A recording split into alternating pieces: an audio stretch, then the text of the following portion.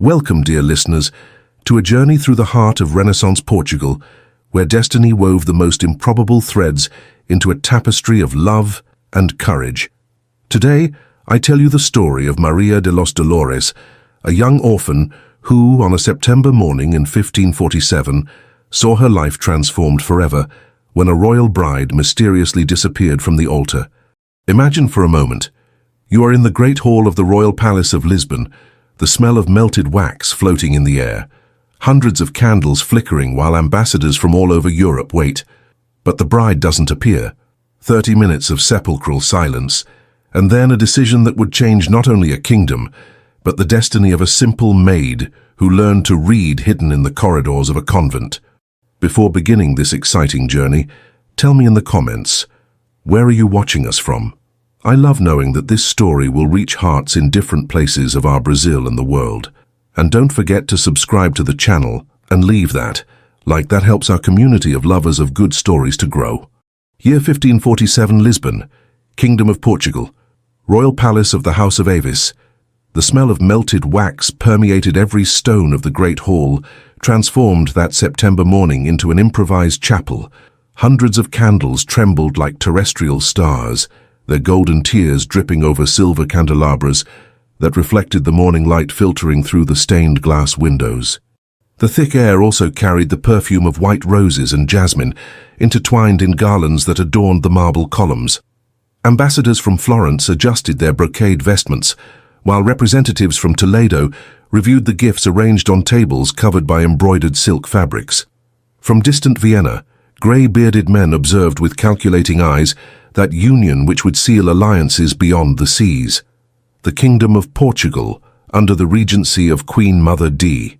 Leonor de Avis, prepared to offer the world a spectacle of power and diplomacy. At the altar, Prince D. João de Avis waited, his navy blue coat, ornamented with golden embroidery that told stories of Lusitanian conquests, shone under the dancing light of the candles. The celestial band that crossed his chest bore the royal arms, and upon his chestnut hair rested a simple crown, but of pure gold. His eyes, of that golden olive color he had inherited from the Avis, fixed on the main entrance of the hall. 30 minutes had passed. The discreet murmur of the guests began to grow like the buzzing of restless bees. Archbishop D. Diogo, attired in ceremonial vestments embroidered with golden threads, held the prayer book with hands that began to tremble slightly. The Queen Mother, wrapped in her purple dress that whispered with every movement, maintained an impassive face, but her fingers drummed nervously on the arm of the royal chair. It was then that a page emerged, running through the marble corridors, his steps resonating like hammers on stone. He approached the Queen Mother with reverence, but the tremor in his voice betrayed the urgency of the message. "Your Majesty," he whispered, bowing so low that his lips almost touched the royal ear, "D. Isabel de Castro is not in her chambers." The entire hall seemed to have suspended its breath, although the words had been whispered. It was as if the very stones sensed that something fundamental had crumbled. In the bride's chambers, they discovered the wedding dress abandoned on the divan, like a skin someone had decided not to wear anymore. The ivory silk fabric, embroidered with silver threads that drew motifs of leaves and flowers, lay inert, still keeping the shape of the body that had worn it for few moments. The tiara of ancient pearls, inheritance of Portuguese queens, rested on the dressing table like a dethroned crown.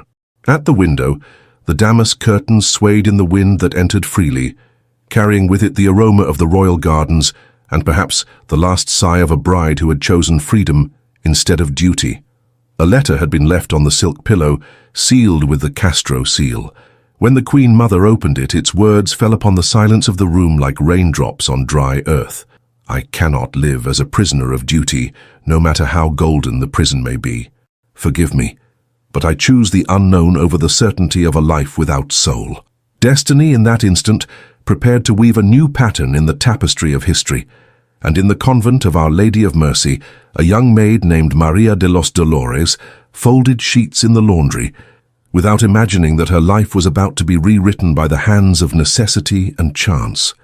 Maria de los Dolores pressed the hot iron against the white linen, steam rising like morning incense, while she observed through the small window of the laundry the towers of the royal palace outlined against the September sky. Her hands, calloused by years of hard work, moved with the precision of one who had learned from a very young age that perfection was the only accepted coin for survival. At 19 years old, she carried on her shoulders the memory of a brutally interrupted childhood. At 8 years old, when her father, a ruined merchant from Braga, delivered her to the nuns of Our Lady of Mercy to settle debts that consumed him like leprosy, Maria had learned that the world was a place where destinies were bought and sold like sacks of flour.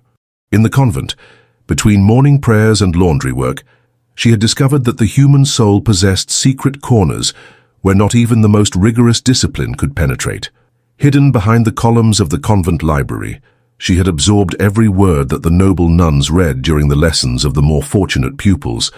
Her fingers had learned to dance over embroidered lines, secretly observing the most skilled sisters create silk flowers that seemed to breathe.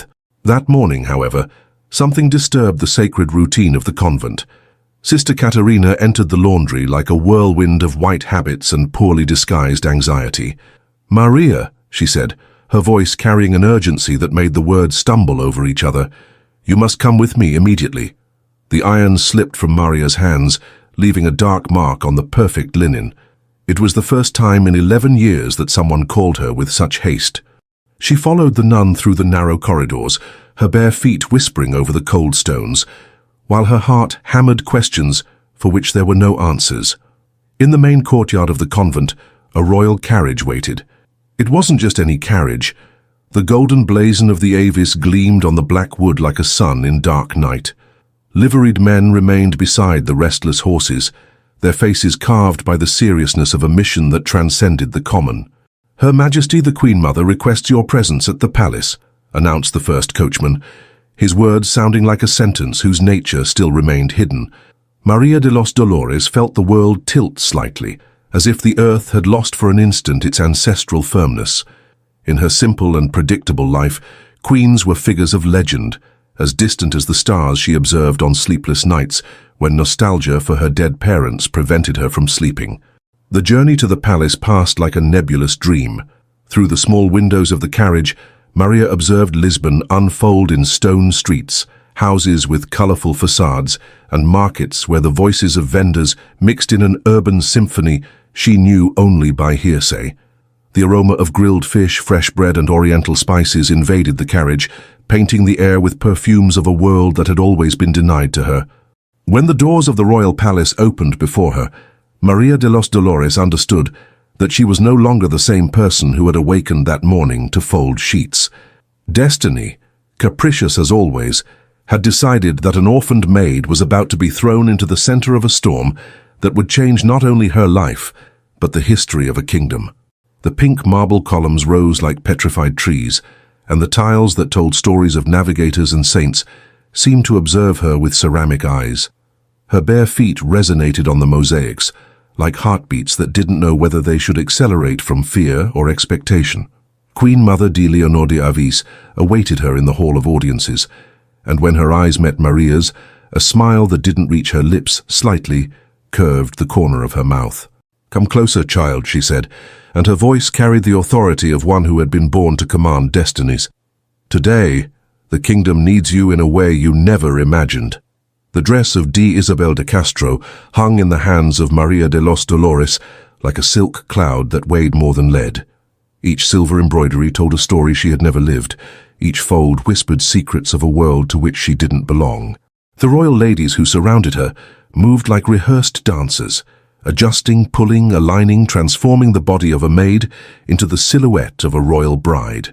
"Lift your chin," murmured one of them, while adjusting the pearl tiara over Maria's hair, which had been brushed until it shone like black silk. A princess never looks down, but Maria de los Dolores couldn't help it.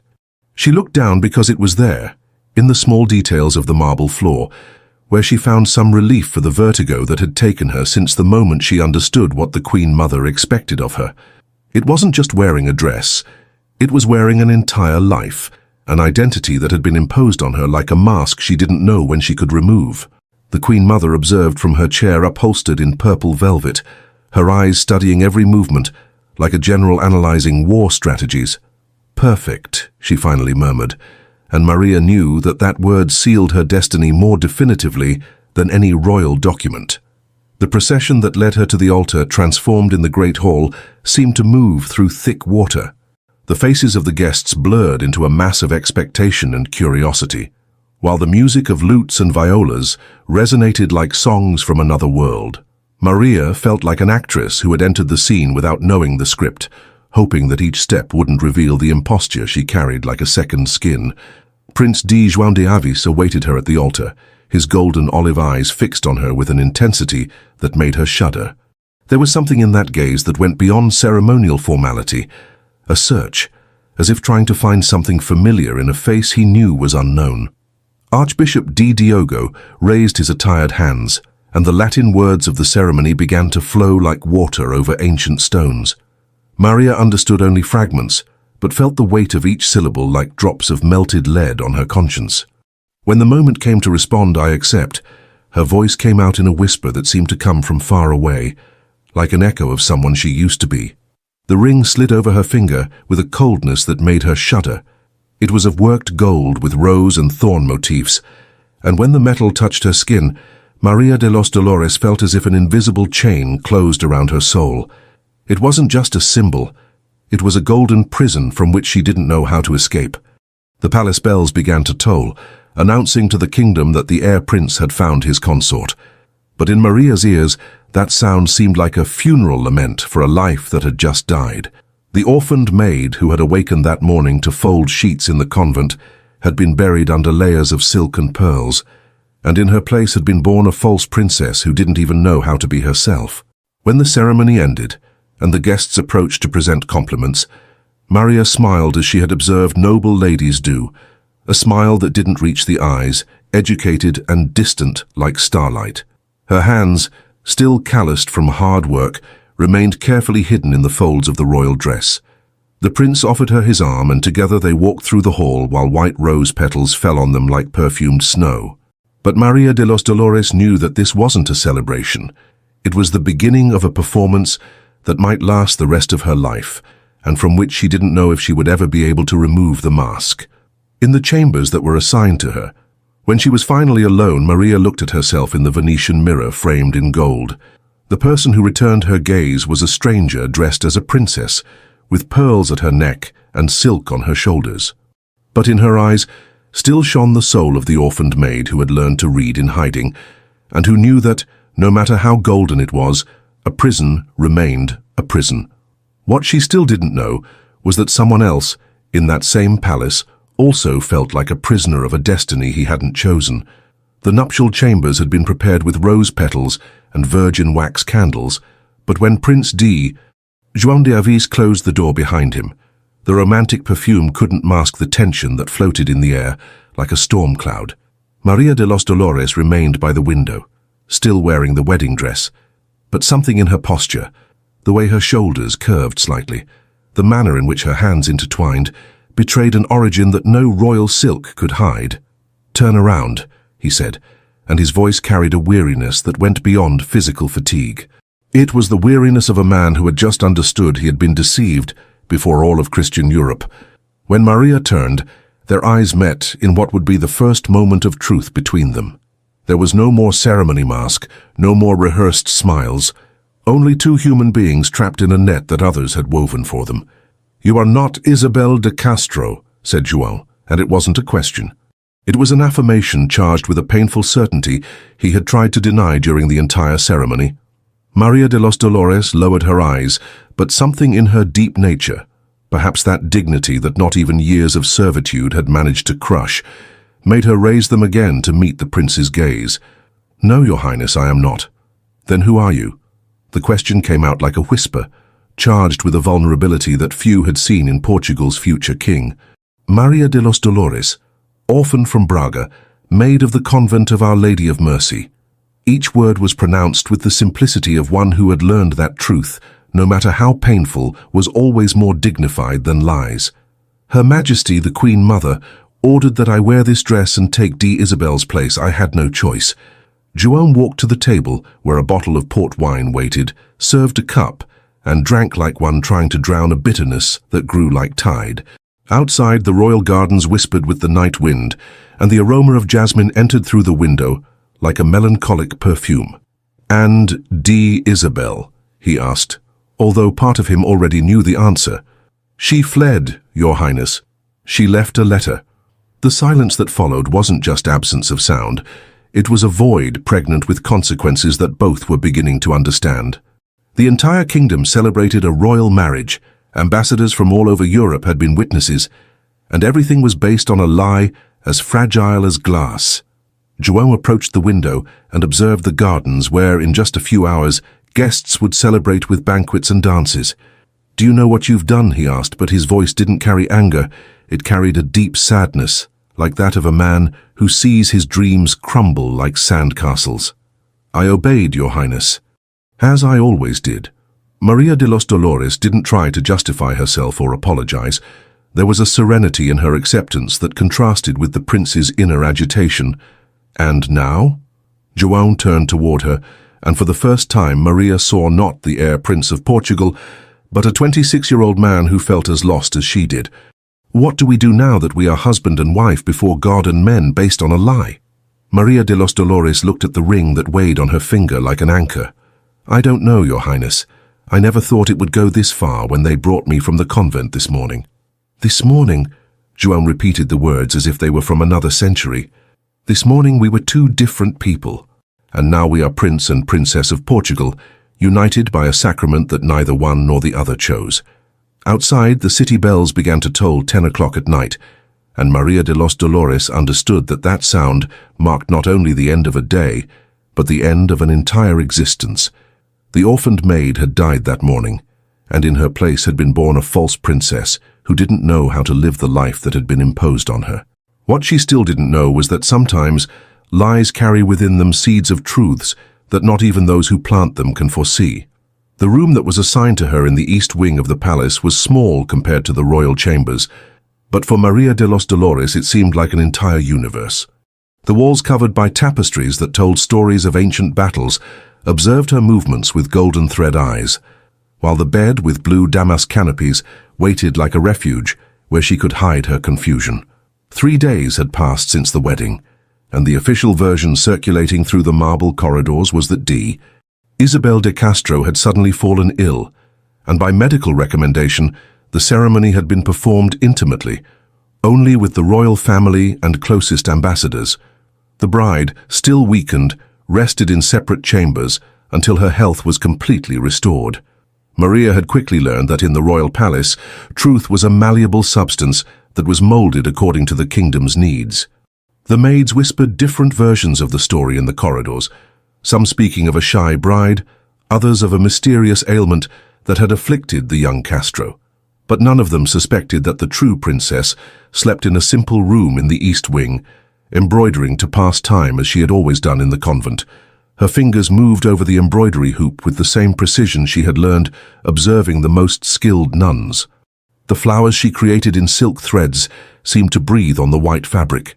Red roses that carried all the passion she had never experienced, blue violets that whispered the nostalgia she felt for the simple days in the convent. Embroidering was her way of praying, of maintaining sanity in a life that had become a labyrinth without exit. During the mornings, she discreetly explored the palace dependencies. She had memorized the routes that led to the library, where leather-bound books kept stories of kings and queens who had also faced destinies they didn't choose. She knew the way to the minor chapel, where she had found a Bible abandoned on a carved wooden kneeler. In the yellowed pages, she searched for words that could give meaning to the storm her life had become. The inner garden, with its marble fountains and perfectly aligned cypresses, had become her favorite refuge. There, among statues of ancient gods and lavender beds, she could pretend for a few moments that she was still the orphaned maid who used to observe the world through the small windows of the convent. The perfume of flowers mixed with the sound of running water, creating a symphony that calmed her restless soul. It was on one of those mornings, while walking among the rose bushes that were beginning to give their last fruits before winter, that she found Prince João for the first time since the wedding night. He was sitting on a stone bench, observing a document he held with hands that trembled almost imperceptibly. When he saw her, he raised his eyes, and Maria de los Dolores understood that he too carried the weight of that farce like an invisible cross.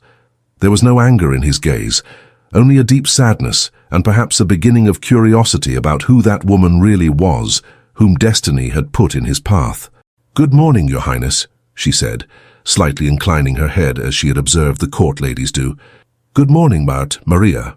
The way he pronounced her name, not Princess, not Your Highness, but simply Maria, carried a hesitant intimacy, as if it were the first time he experienced calling her by what she really was.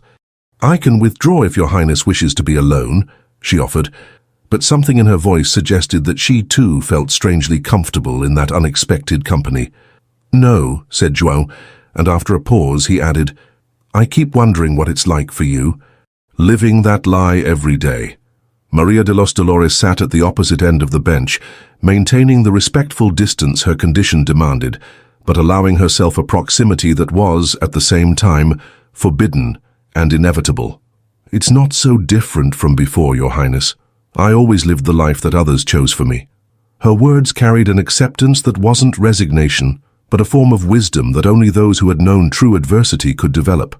And so it was in that garden perfumed by lavender and watered by the melancholy of two intertwined destinies that something began to be born that neither one nor the other knew how to name. It was fragile like the first light of morning, uncertain like the perfume of flowers that the wind carried and brought. But it was real, perhaps the only real thing in all that golden performance their lives had become. The first letter arrived on an October morning, when the chestnut leaves were beginning to turn golden, and the air carried that particular melancholy of autumn. Maria de los Dolores found it slipped under the door of her chambers, like a paper serpent that brought poison instead of ink. "Soon everyone will know that you are not who you pretend to be. A lie cannot sustain a crown." There was no signature, only a red wax seal with an engraved rose, a symbol she didn't recognize, but that made her feel as if invisible eyes observed her from the palace shadows. The words were written in feminine calligraphy, educated from someone who had learned to handle the pen with the same skill with which she handled intrigues. Maria folded the letter and kept it in a secret drawer of the dressing table, among the embroidered handkerchiefs she had brought from the convent. It wasn't fear she felt. It was a kind of bitter relief. Finally, someone had put into words the truth she carried like a stone in her chest. She was only an imposter in a court of real people. In the days that followed, she observed the faces around her with more attention. During meals in the smaller hall where she dined with the prince and the queen mother, she studied every expression, every movement of the eyes, looking for signs of who might know her secret. The court ladies moved like swans on a lake, their conversations punctuated by musical laughter and gazes that seemed to scrutinize her soul in search of flaws. It was during one of those dinners that she met Doña Filipa de Meneses, the prince's cousin, a 35-year-old woman whose grey eyes seemed capable of deciphering mysteries written in the stars. She always dressed in sober colors, deep purples, dark blues, as if permanent mourning for a world that didn't correspond to her expectations was her trademark. "Your Highness seems to have adapted so well to court life," commented Doña Filipa, her voice sweet like honey that hid a blade. "It's remarkable how some people manage to transform so completely." Maria de los Dolores felt the words like delicate pinpricks on her skin, but maintained her serene face as she had learned to do.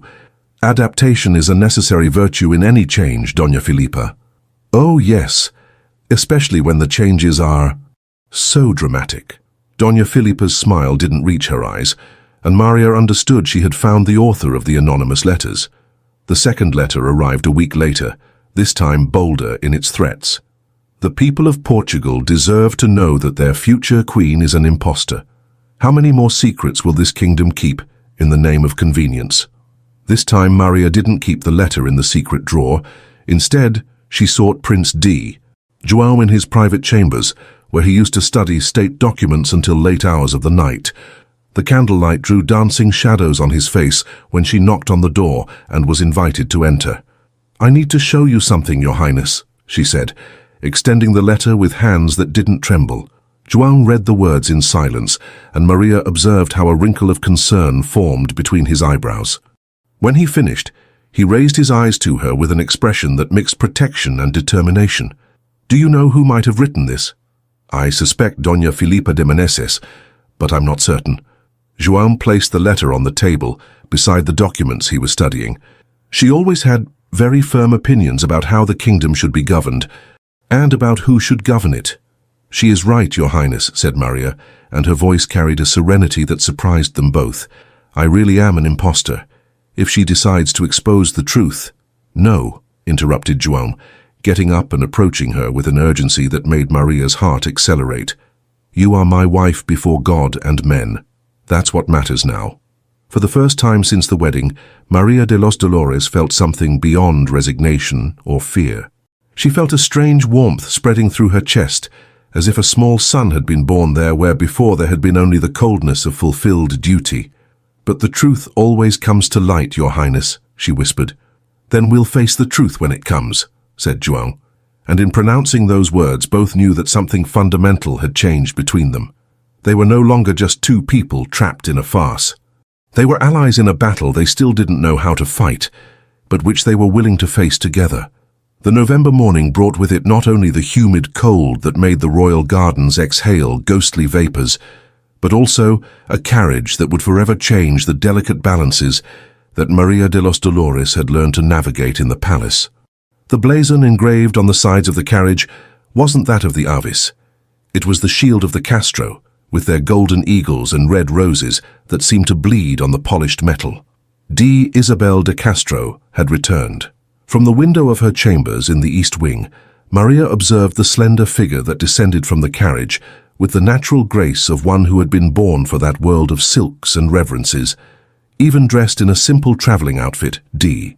Isabel possessed that innate elegance that no education could teach.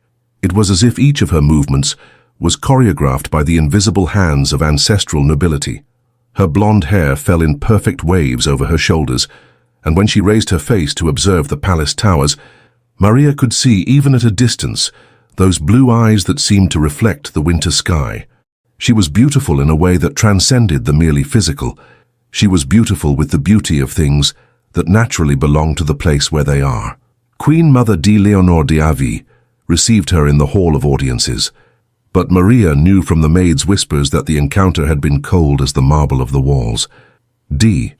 Isabel was lodged in the west wing of the palace, as distant as possible from the royal chambers, in a suite that, although luxurious, carried the symbolic weight of exile.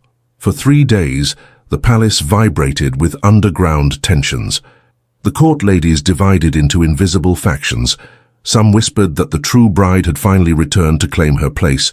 Others murmured that a woman who abandons the altar loses forever the right to the throne. The servants moved through the corridors like actors who didn't know what play they were performing, serving 2 princesses who couldn't coexist. Maria de los Dolores withdrew even more to her chambers, going out only for obligatory meals and for her morning walks through the gardens. But even in the refuge of her rooms, she felt the weight of D. Isabel's presence like a storm approaching on the horizon. Inevitable, disturbing, charged with consequences she couldn't foresee. It was on an afternoon of fine drizzle, when Lisbon's sky seemed to cry silver tears, that the two met face to face for the first time. Maria was walking through the palace library, seeking refuge among the books that had become her only confidants, when she heard delicate steps resonating among the tall shelves. D. Isabel de Castro emerged from among the book shadows like an apparition dressed in celestial blue. She was smaller than Maria had imagined, more fragile, with a beauty that seemed made of porcelain and dreams. When their eyes met, the world seemed to suspend its breath. "You must be Maria de los Dolores," said D. Isabel, and her voice carried a melancholy that resonated in the high vaults of the library. There was no anger in her words, no accusation, only a deep sadness, like that of someone who looks at the fragments of a broken mirror that reflected her own image. "Your ladyship," responded Maria, inclining her head with the respect she had learned was due to nobility, but keeping her eyes raised with the dignity that was hers by right of soul's birth. "Don't look at me as if you were guilty," said D. Isabel, approaching with steps that whispered over the marble. "It wasn't you who chose this situation, just as I didn't choose to flee, until I couldn't do anything else. Why did you return?" The question left Maria's lips before she could contain it, charged with a curiosity that went beyond simple courtesy. D. Isabel walked to one of the tall windows that faced the gardens, where rain created small temporary lakes among the rose bushes. because I discovered that freedom without love is just a larger prison, and because I understood that I had left behind not just a groom, but a responsibility that might be greater than my fears. The two women remained in silence for long minutes, observing the rain transform the exterior world into a watercolor painting. Each carried half of a destiny that should have been only one's, and both knew that that encounter marked the beginning of a battle where neither wanted to fight, but from which neither could flee. The Royal Council Hall had never housed a session so charged with invisible tensions. The carved oak chairs, occupied by the kingdom's most powerful men, seemed like isolated islands in a sea of political anxiety.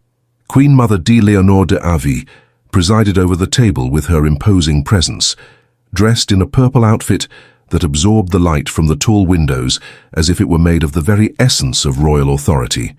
To her right sat D. Afonso de Portugal, Count of Vimioso, a grey-bearded man whose small, calculating eyes had navigated decades of palace intrigues. To the left, Dom Antonio de Ataide, an experienced diplomat whose ink-stained hands revealed entire nights dedicated to correspondence with European courts. Archbishop Diogo completed the inner circle, his ecclesiastical vestments contrasting with the secular environment, but his political influence being as tangible as the stones that supported the palace. "The situation has become delicate," said the Queen Mother, her voice cutting the heavy air like a well-sharpened blade. D. Isabel de Castro's return brought questions we can no longer ignore. Dom Afonso cleared his throat, a sound that resonated through the hall's vaults like an omen. "Majesty, I fear the marriage's legitimacy might be questioned if there are doubts about the bride's identity." "There are no doubts about the bride's identity," interrupted a firm voice from the hall's entrance. Everyone turned to see Prince D. João de Avis entering with determined steps, wearing a dark blue velvet coat that enhanced the determination carved in his features. The ceremony was performed according to all the kingdom's traditions and laws. "Your Highness," said Dom Antonio de Ataide, his words carefully measured like ingredients of a delicate potion, "we understand your position, but the diplomatic implications..." "The diplomatic implications," said João, taking his place at the table with an authority that made some of the councillors involuntarily step back, "are that Portugal honors its commitments. The marriage was consummated before God, witnessed by the Archbishop and validated by representatives from Florence, Toledo, and Vienna." Archbishop Diogo raised his attired hands in a gesture of conciliation. "Highness, the Church recognizes the validity of any sacrament performed according to established rites. But the circumstances, said João, his voice gaining an intensity that made the candles tremble, were that a bride fled from her responsibilities and a substitute was found to avoid a diplomatic crisis. There was no deception on Maria de los Dolores' part. There was imposition, which she accepted out of obedience to the kingdom. The Queen Mother observed her son with eyes that tried to decipher the movements of his soul. There was something in the passionate defense João made of Maria de los Dolores that transcended mere political necessity. It was as if he were defending not just an arranged marriage, but something that had grown within him without his noticing. "And regarding D. Isabel de Castro's rights?" asked Dom Afonso, his voice charged with a political malice he had sharpened during decades of intrigues. "She returned claiming that her flight was a moment of weakness and that now she's prepared to fulfill her duties as Princess of Portugal." João stood up, and his movement was so sudden that the oak chair creaked on the floor stones. D. Isabel de Castro had her opportunity to be Princess of Portugal. She chose to flee. That choice had consequences that cannot be undone by convenience. But if she was frightened, if it was a moment of... "It was a choice," repeated João, and each word fell upon the hall's silence like hammer on anvil. "And choices define who we are. Maria de los Dolores didn't choose this situation, but she embraced it with dignity. D. Isabel chose to flee, and now she must live with the consequences of that choice."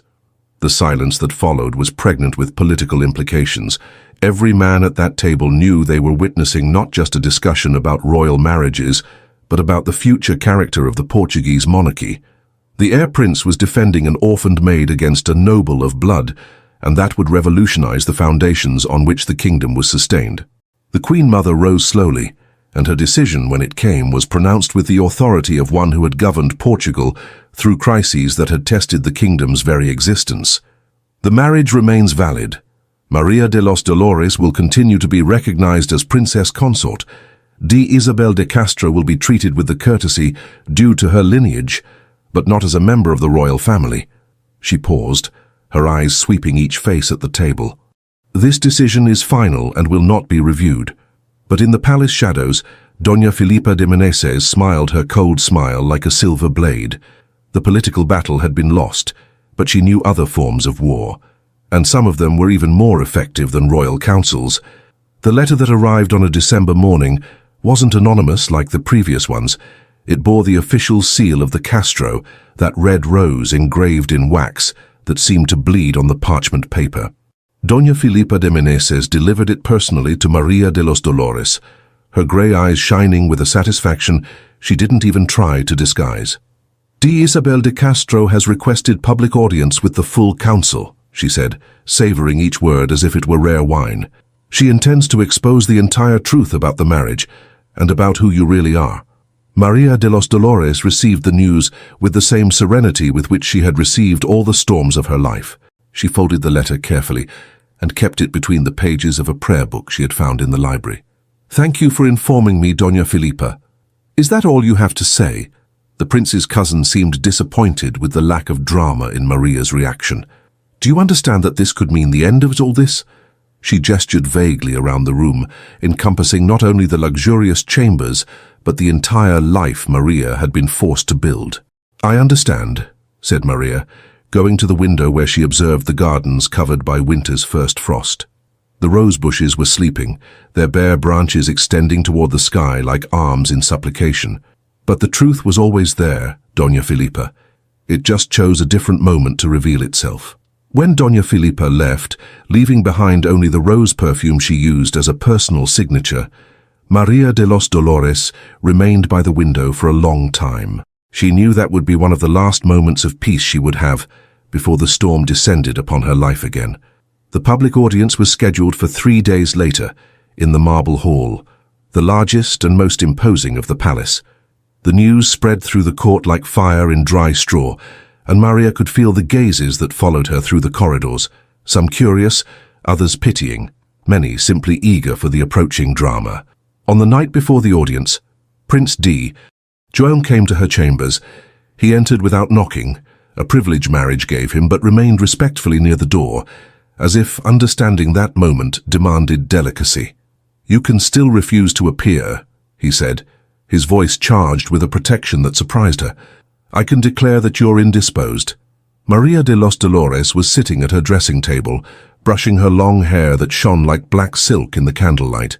In the mirror, her eyes met his, and for a moment both saw themselves not as prince and princess, but as two people who had learned to find comfort in each other's company. "No, Your Highness. I've fled from the truth too long." She turned to face him directly. "If D. Isabel wishes to expose who I really am, let her do it. I'm no longer afraid." "And who are you really, Maria?" The question left his lips charged with an intimacy that made her heart accelerate. "I am an orphan from Braga who learned to read in hiding and who was transformed into a princess by political necessity," she said, her honesty cutting the air like crystal. "But I'm also the woman who learned to love this kingdom, this life, and—" The following words remained suspended between them, too heavy to be pronounced, but too clear to be ignored. João approached her, and for the first time since the marriage, he touched her face with fingers that trembled slightly. "And I am the prince who discovered that love can be born from the most improbable circumstances." On the morning of the audience, Maria de los Dolores wore the simplest dress she possessed, a dark blue wool dress without gold embroidery or pearls that would mask her origin. She had gathered her hair in a simple braid as she used to do in the convent, and the only ornament she wore was the wedding ring she had become accustomed to feeling as part of herself. The marble hall was packed when she entered. Nobles from all over Portugal had come to witness what promised to be the trial of the century. D. Isabel de Castro was already present, dressed with an elegance that purposely contrasted with Maria's simplicity.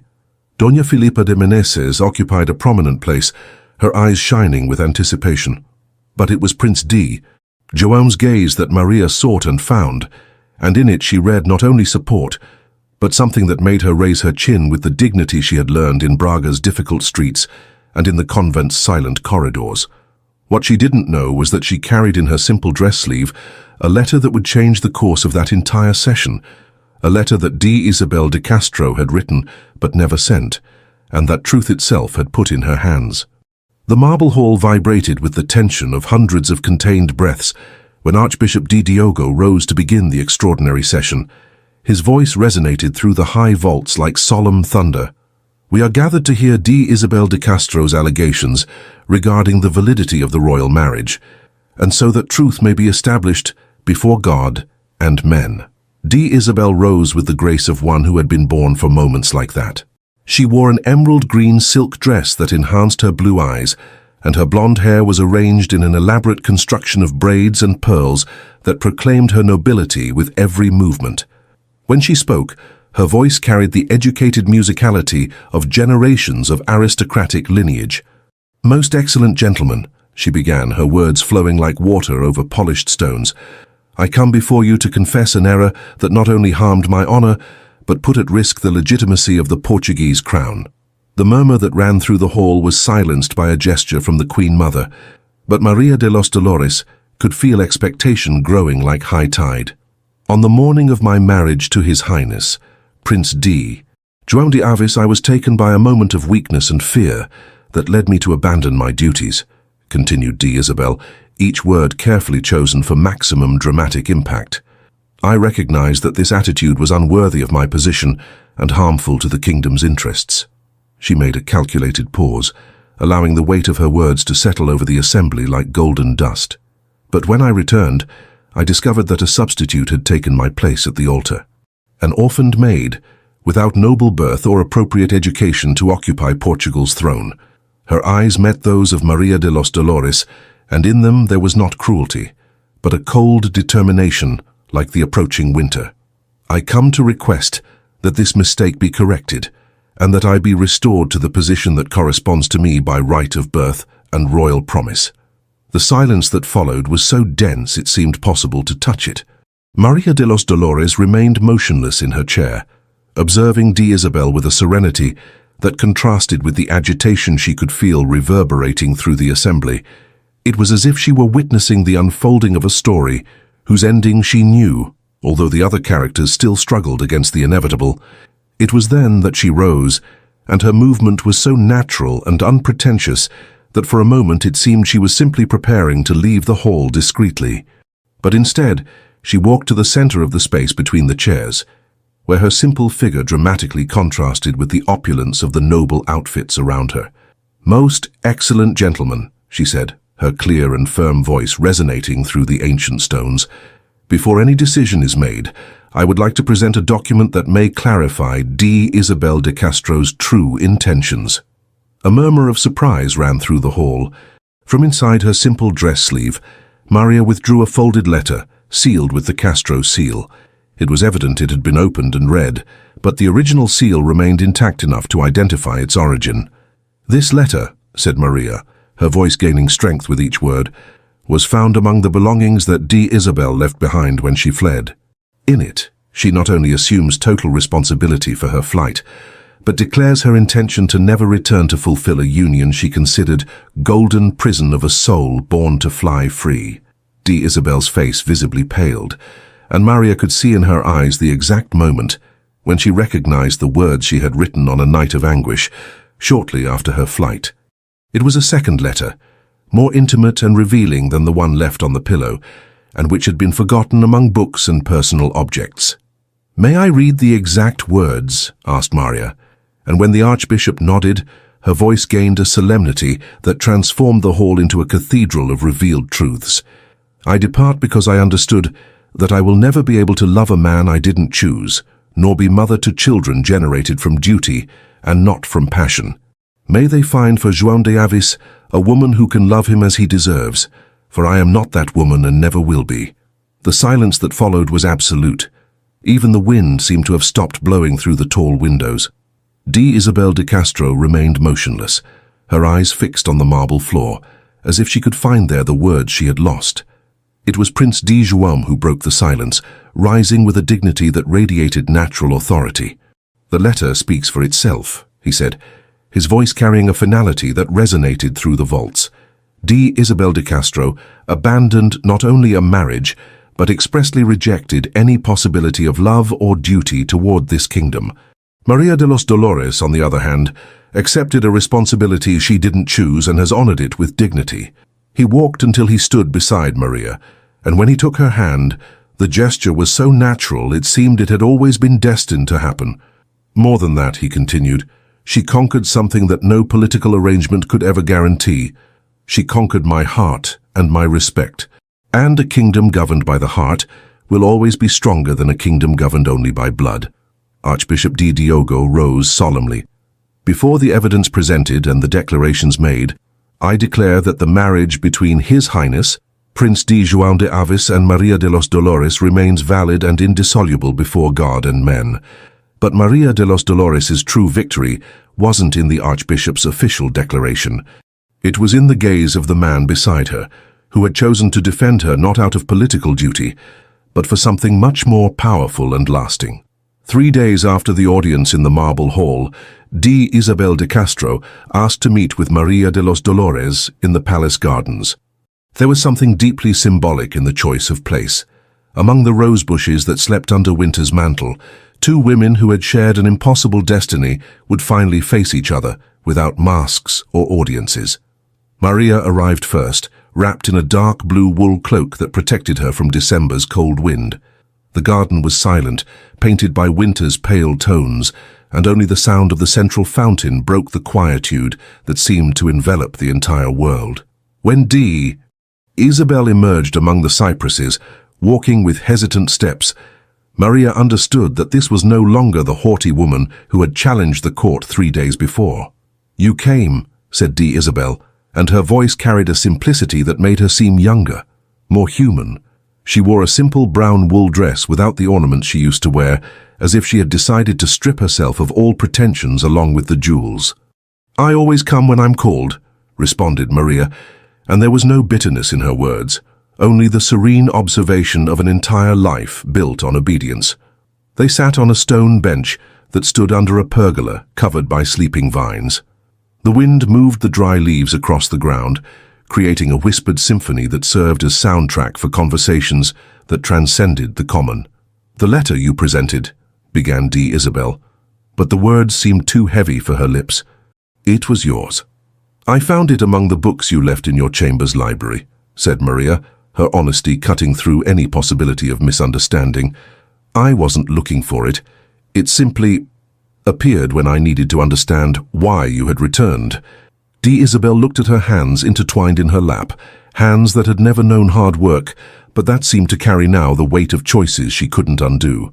"I wrote it on a night when I cried so much, I thought there wouldn't be more tears in the entire world," she confessed, her voice barely above a whisper.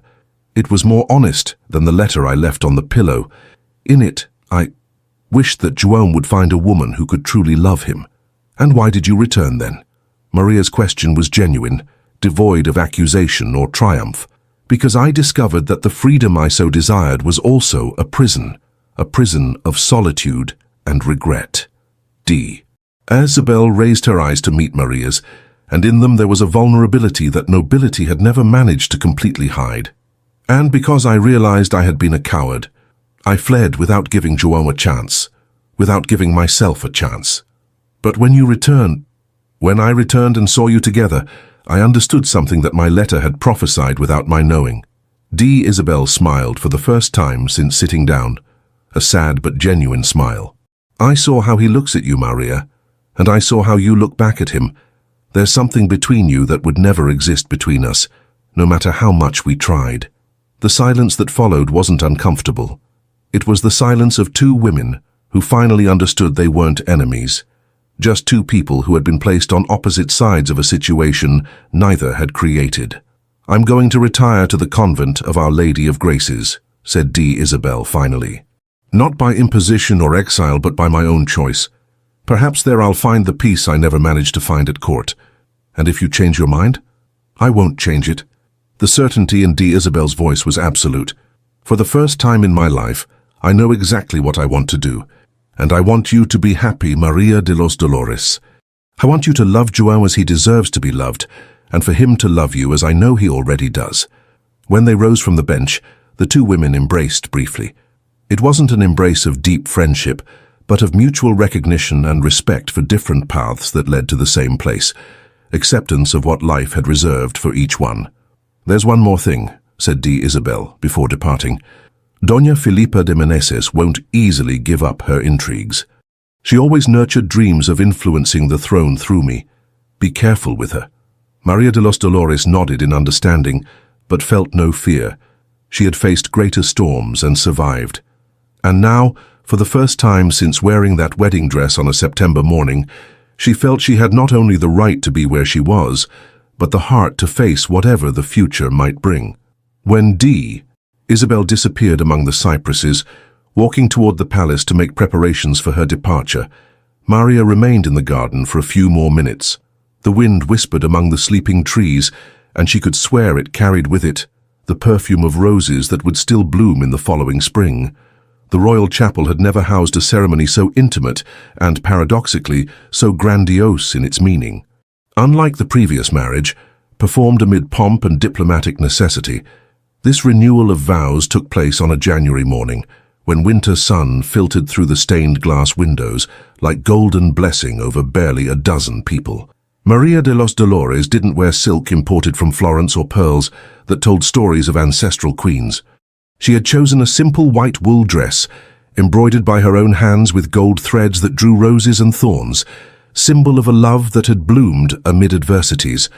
Her hair fell loose over her shoulders, held only by a blue ribbon that had been her mother's, the only inheritance she kept from life before the convent. Prince Di João awaited her at the altar, but this time there wasn't the weight of political obligation on his shoulders. He wore a simple blue coat, without the golden embroidery of the first ceremony. And when Maria walked toward him, his eyes met hers, with an intensity that made the small group of witnesses understand they were witnessing something rare. A marriage based on love. The Queen Mother observed from the first row, and on her face there was an approval that transcended mere political satisfaction. She had learned to respect Maria de los Dolores not only as daughter-in-law, but as the woman who had returned the shine to her son's eyes. Archbishop D. Diogo smiled openly, happy to perform a ceremony where the sacrament truly reflected the union of two souls. "Today," said the Archbishop when the newlyweds positioned themselves before him, "we celebrate not only the renewal of vows, but the recognition that true love can be born from the most improbable circumstances and flourish in the most arid soils." João took Maria's hands, and when he spoke, his words resonated through the chapel like a declaration that went far beyond traditional vows. "Maria," he said, his voice charged with an emotion that made the candles tremble, "when I met you, you were dressed as another man's bride, but today I understand that destiny brought you to me not as someone's substitute, but as the woman I was destined to love. I promise you not only fidelity and protection, but respect for your strength, admiration for your dignity, and the love that grows every day that passes." Maria felt tears burn her eyes, but when she responded, her voice came out firm and clear, charged with a certainty that had taken months to build. "João," she said, and by using only his name without titles or formalities, she was declaring that she spoke not with a prince, but with the man she had learned to love. "When they brought me to this palace, I was only an orphaned maid without choices. But you taught me that love is the only true nobility, and that a brave heart is worth more than any title. I promise you not only obedience but partnership, not only respect, but a love I choose to renew every morning." The kiss that sealed those vows wasn't the formal fulfillment of a ritual. It was the celebration of two people who had found in each other not only a spouse but a home. When they left the chapel, they found the palace courtyards full of common people, merchants, artisans, maids, guards, who had come to celebrate their princess's marriage, because Maria de los Dolores had become, without realizing it, a symbol of hope for all those who hadn't been born in golden cradles, but dreamed of better lives. Flowers rained on them as they walked through the gardens, and Maria understood that those weren't just falling petals. They were the blessings of a people who had found in her story proof that fairy tales could happen even in real life. That night, in the chambers they now truly shared, João and Maria sat by the window that faced the gardens where everything had begun. She embroidered a new piece, a map of Portugal ornamented with roses, while he read state documents. But from time to time their hands met on the table, and in those moments both knew they had discovered something more precious than any royal treasure. They had discovered that true love doesn't need explanations or justifications. It only needs courage to exist. And in the palace corridors, the maids whispered a new version of the story, not that of an impostor who had deceived a kingdom, but that of a kingdom that had learned that the heart is worth more than blood, and that sometimes the greatest treasures come disguised in the simplest forms. 6 months had passed since the renewal of vows, and the royal palace breathed a peace it hadn't known for a long time. The spring of 1548 had brought with it not only the awakening of flowers in the gardens, but a profound transformation in how the kingdom saw itself. Maria de los Dolores' story had spread far beyond the palace walls, becoming a living legend that mothers told daughters and that troubadours sang in Lisbon's taverns. Maria had established a routine that reflected both her new position and her humble past. 3 times a week, she travelled to the convent of Our Lady of Mercy, where she had established classes for orphaned girls like she had been. She taught them not only to read and write, but to embroider, and more importantly, to believe that their destinies weren't defined by the circumstances of their births. "How your hands can create beauty regardless of where they were born," she would say to the girls who gathered in the convent courtyard. Their attentive little faces turned toward that princess who spoke their language because she had walked their paths.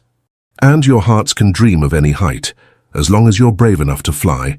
Sister Caterina, who had been the one to first take her from the convent to the palace on that morning that changed everything, observed the classes with tears of pride.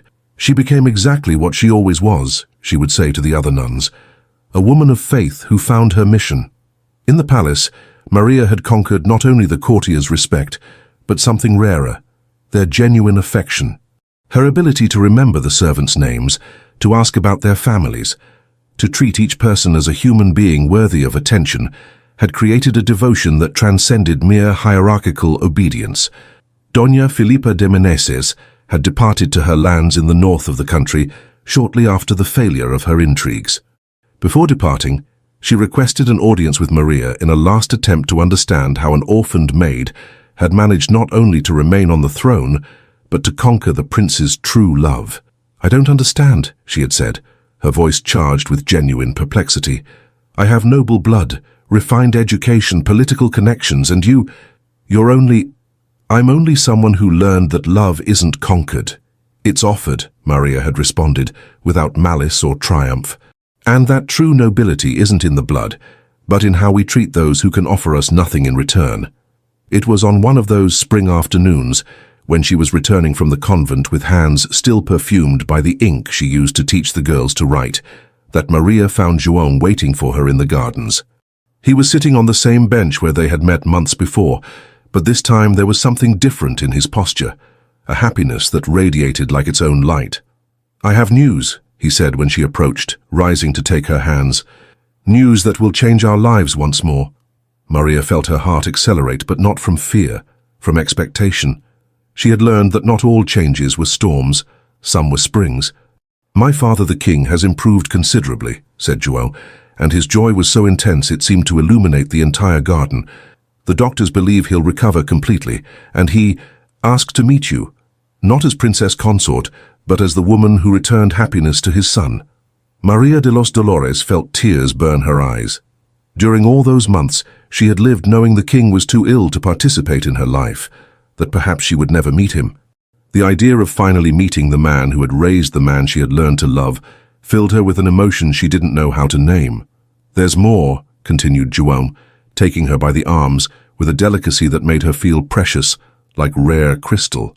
"He wants to hold an official coronation ceremony, not just as renewal of vows, but as public recognition that you are truly the Princess of Portugal, chosen not by political convenience, but by your own merit." "João," whispered Maria, and for the first time since arriving at the palace, She allowed herself to cry tears that weren't of pain or fear, but of a gratitude so deep it seemed to come from the roots of her soul. "More than that," he said, drying her tears with fingers that knew every line of her face. "He wants you to officially establish your school, a royal school for orphaned girls, with the crown's full support. Your school, Maria. Your dream made reality." In that moment, among the rose bushes that had witnessed so many crucial moments of her journey, Maria de los Dolores understood she had found not only a place in the world, but her purpose in it. It was as if all the pains of her childhood, all the tears of the convent, all the fears of the first days in the palace had been planted like seeds that finally bloomed into something beautiful. But there was still a secret she kept, a secret she had discovered only the previous week, and that would transform everything once more. A secret she carried in her womb like a promise of a future that neither she nor João yet knew existed. The news that Maria de los Dolores carried as a secret treasure was revealed on a May night, when the palace gardens exhaled the perfume of 1,000 flowers and the full moon painted the marbles with silver light. They were in their chambers, she embroidering another piece for the school that would soon be officially established, he reviewing plans for the coronation ceremony that would take place the following month.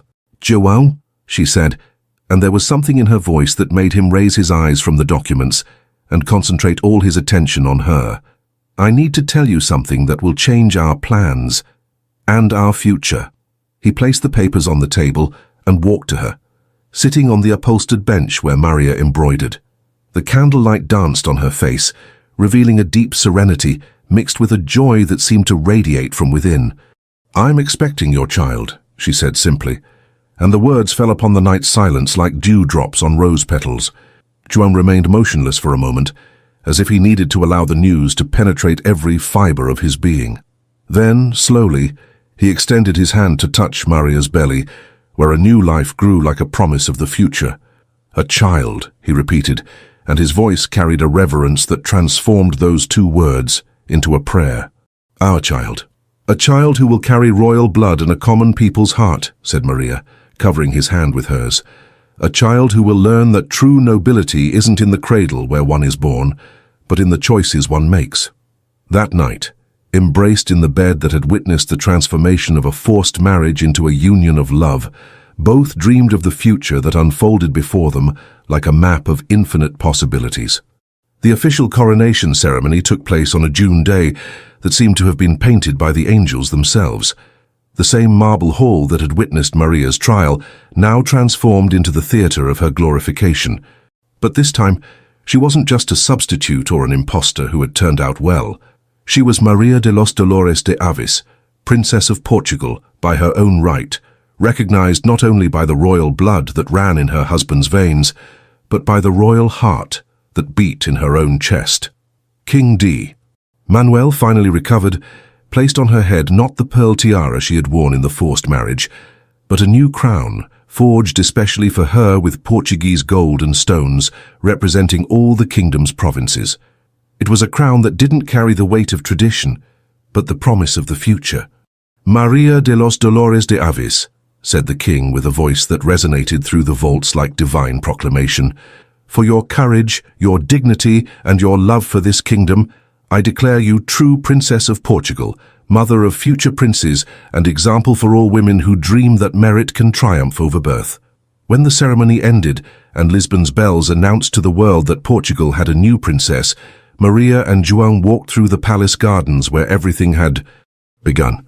The child they expected was still only a promise whispered by the future, but already transformed everything around them.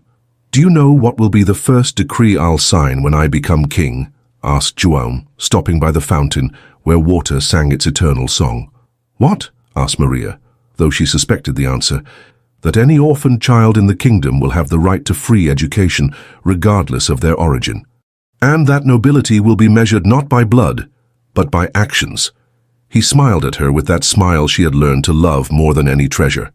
"A kingdom where stories like ours are possible not only by chance, but by right." Maria de los Dolores lightly touched the belly where her child grew, imagining the world it would find at birth, a world where an orphaned maid could become a princess, where love could triumph over convenience, where the heart was worth more than blood. "And our school?" she asked.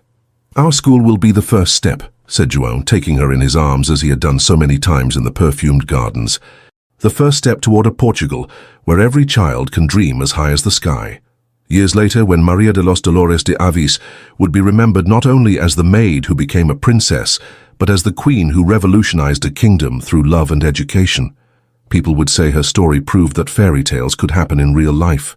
But Maria knew it hadn't been a fairy tale. It had been something much more powerful.